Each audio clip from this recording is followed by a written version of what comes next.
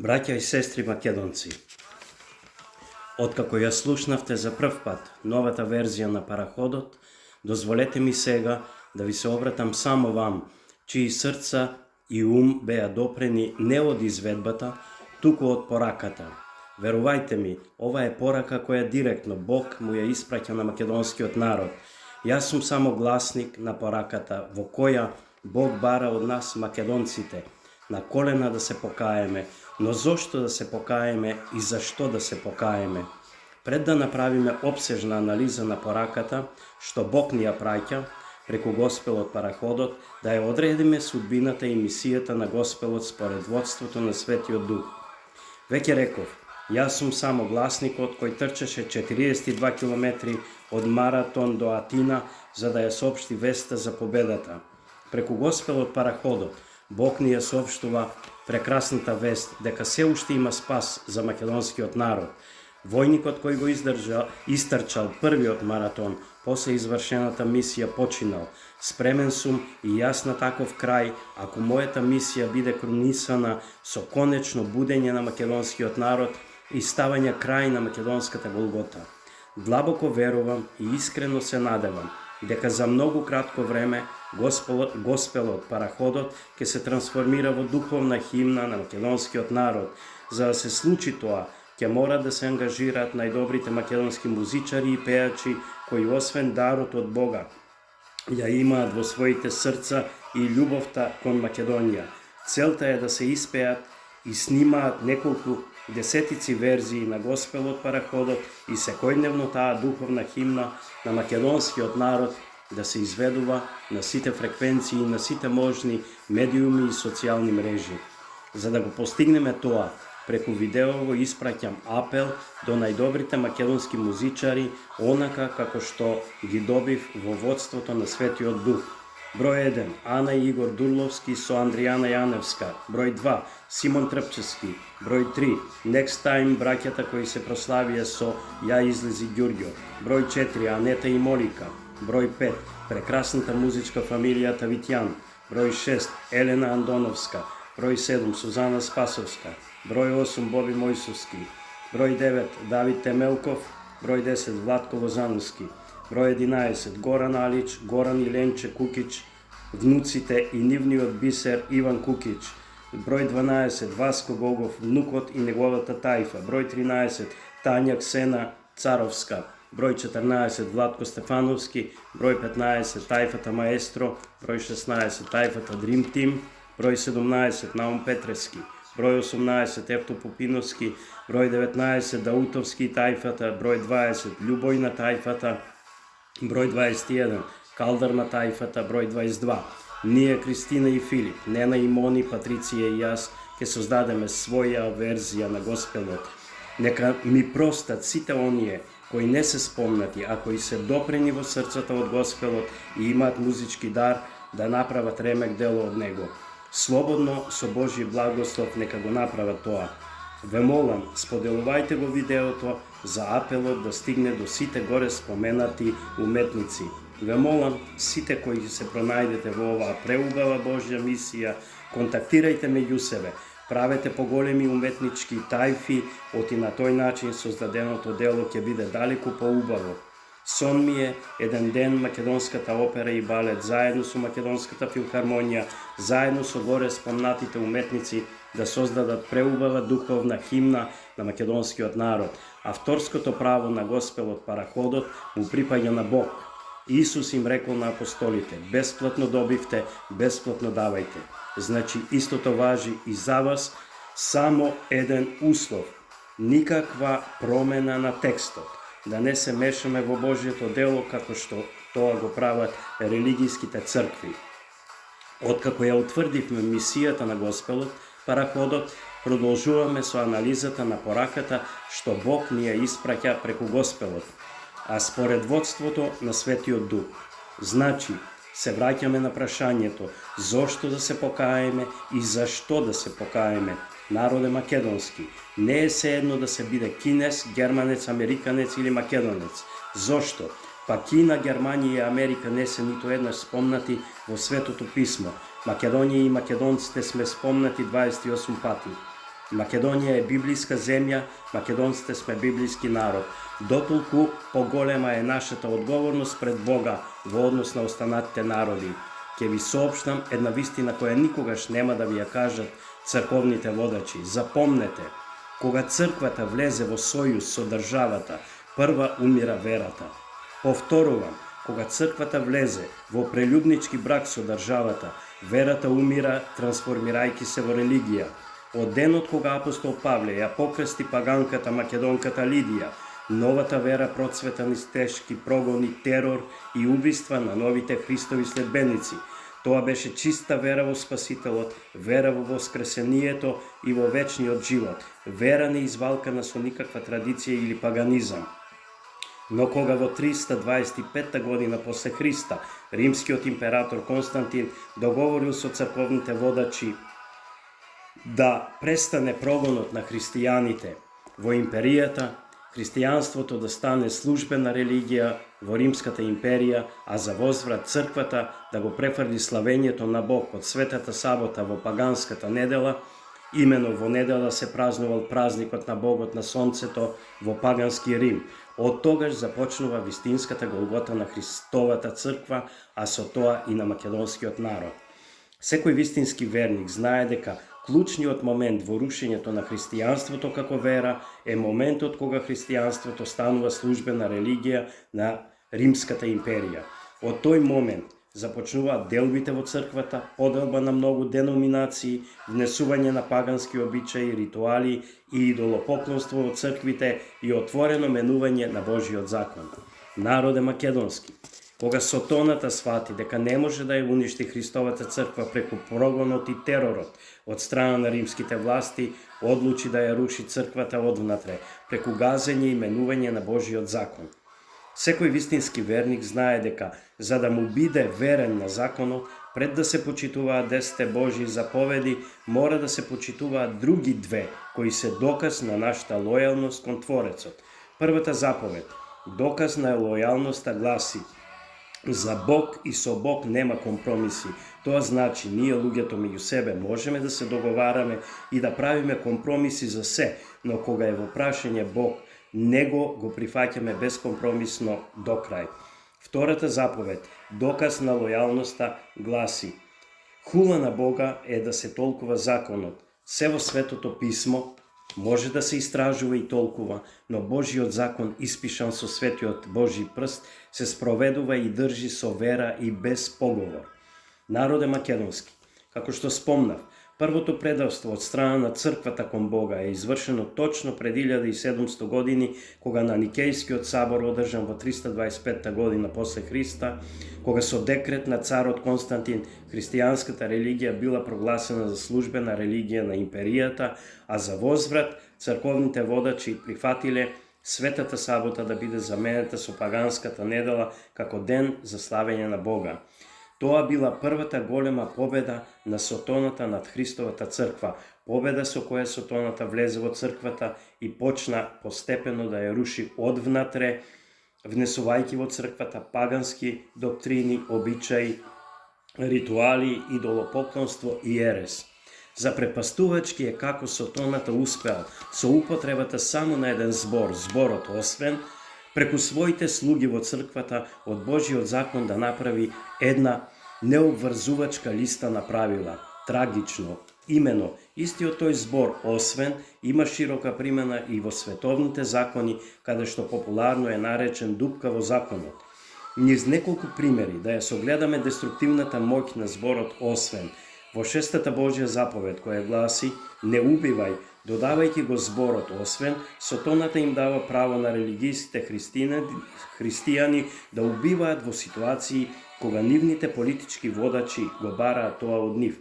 Во 2-та Божја заповед, која се однесува на идолопоклонството, Сотоната им дозволува на религијските христијани да се молат на идоли и кипови ако се дел од христијанската религија. Значи им вели вака: немојте да се молите на било какви кипови, освен ако се тоа кипови на светци, Дева Марија или Исус. Заповедта на Бог, на никој и ништо да не се молиме, освен нему, на живиот Бог, за религијските христијани нема никакво значење. преку рушењето на четвртата Божја заповед, со употреба на фамозниот збор освен, сатаната дефинитивно ја докажува својата перфидност, имено како знак и Божји печат на заветот меѓу Творецот и човекот, како негова творба, Бог ја осветил саботата и побарал од човекот својот Бог да го слави во сабота, седмиот ден од неделата. Но сатаната вели, саботата е еврејски празник и важи само за нив. Христијаните треба да го слават Бог во недела, во чест на Христовото воскресение, освен ако воскресението не им значи многу, па и се враќаат на саботата. Колку перфидно го употребил денот на воскресението за да ја руши саботата. Тоа што нигде во Светото писмо, ниту Отецот, ниту Синот не побарале светата сабота да се замени со паганската недела, ништо не им значи на религијските христијани. Да потенцирам, кога ги правам анализите со Божите заповеди, го користам оригиналниот текст од Библијата, Излез, глава 20, од 2 стих па натаму и Повторен закон, глава 5, од 6 стих натаму.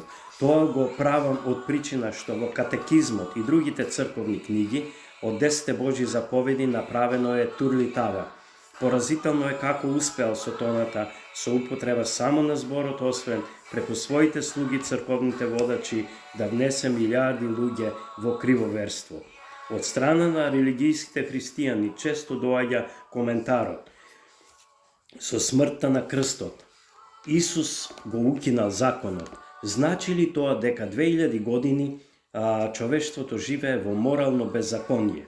Вистината е дека со смртта на крстот Исус го укинал церемонијалниот закон на Мојсеј, што значи укинати се ритуалите вршени во синагогите и храмот, укинато е жртвувањето животни, укинати се 7 церемонијални саботи, кои паѓале во различни денови од неделата, а немаат никаква врска со саботата од моралниот закон, укинати се празниците Пасха, Сеници и Јом Кипур, значи се што се празнува во еврејството. Контра прашање до оние кои чуле, а не разбрале. Ако Исус на крстот го укинал законот, тогаш што значат неговите зборови? Не дојдов да го укинам законот, туку да го исполнам. Од кога исполнувањето значи укинување? Оче, прости им, не знаат што зборуваат.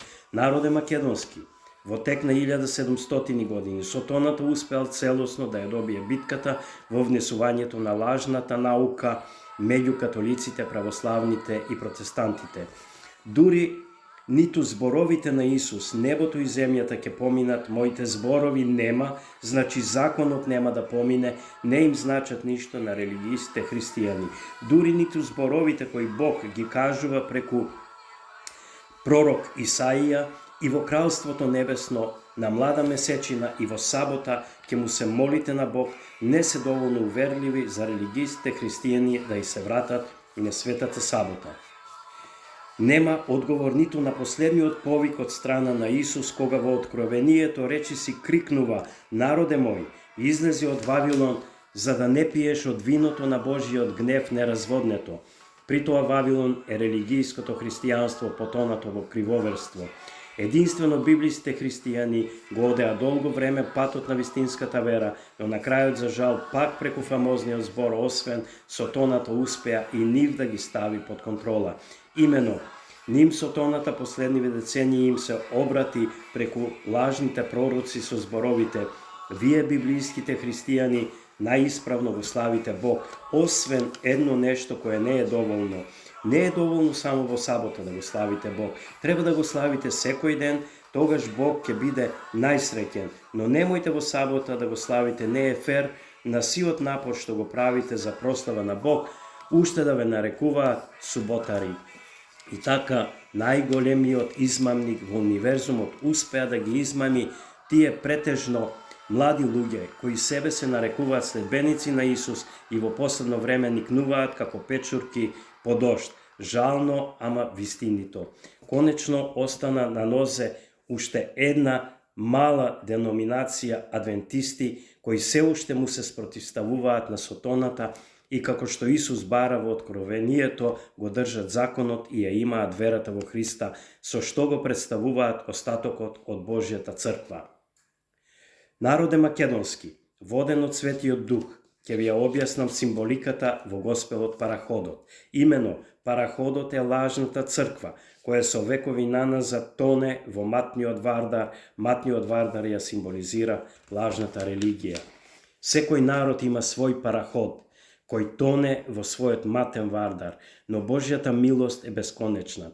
Преку овој преубав Госпел, кој е Божја креација, Бог ни праќа порака да го напуштиме параходот кој тоне и да се префрлиме во Ноевата арка, со која ќе запловиме храбро во чистата вода на реката Јордан, реката символ на преминот од невера во вера, преку пророк Илија символ на вознесење од овоземен живот во Кралството Небесно, реката во која Бог се појави во еден момент во своето свето тројство.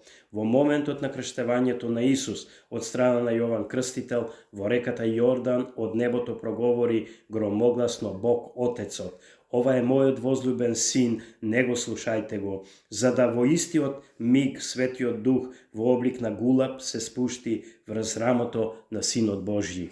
Народе македонски, да одговориме со вера и љубов кон Бога на повикот кој Небесниот Отец ни го праќа преку Госпелот параходот, да излеземе храбро од Вавилон и да започнеме конечно да го славиме Бог според Божјиот закон, а не според човечките закони. Одговорете си на прашањето: што би направил Исус на мое место? Дали би го славел Отецот преку Божјиот закон или преку човечки закони? Одговорот се подразбира: Исус го славел и прославил Бог на најчистиот Божји начин. Да се вратиме на корените на христијанството, на изворот на живата вода. Да раскрстиме со сите ритуали, обичаи, идолопоклонство и паганштина. Да го славиме Бог како што го славеше Синот Божји, апостолите, Лидија Македонката и Првата црква. Меѓутоа, мојата афирмација на Божјиот закон воопшто не значи дека промовирам легализам. Не смееме да излеземе од една заблуда и да влеземе во друга заблуда. Имено, спасението не доаѓа преку држењето на законот и преку вршењето добри дела. Никако. Спасението го добиваме по милоста Божја преку вера во Исуса Христа.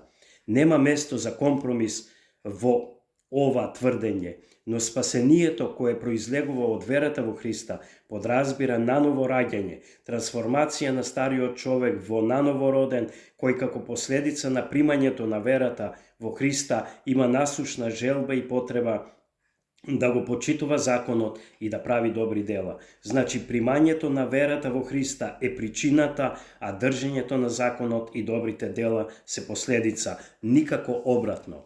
Народе македонски, ние сме избран народ.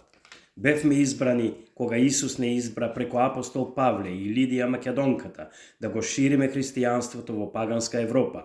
Избрани сме и денес преку мисијата на параходот, кога треба да излеземе од Вавилон и да ги просветлиме заведените и слепи при очи и тие да му се приклучат на остатокот на Божјата црква. Храбро напред, Исус ги сака храбрите војници. Искрено се надевам и верувам дека пораката од параходот ги допре вашите срца. Веќе денес Бог не става пред вистински предизвик. Имено се ближи христијанскиот празник Великден. За почеток покажете дека преку параходот ја слушнавте Божјата порака. Ослободете се од канџите на паганизмот. Овој пат воздржете се од бојадисување јајца, пагански обичај кој нема никаква врска со изворното христијанство. Секој оној кој ќе се воздржи од тој паганизам, со тој чин ќе му испрати јасна порака на сотоната дека ја губи власта над Божиот народ. Храбро напред, народе македонски, сплотени сите заедно околу Госпелот параходот и пораката што Бог ни ја праќа преку Госпелот, да тргнеме храбро за 7 дена да го срушиме Ерихон. Не бојте се, Бог е со нас. Бог нека ја благослови Македонија и нас македонците каде и да сме. Амин. Алелуја.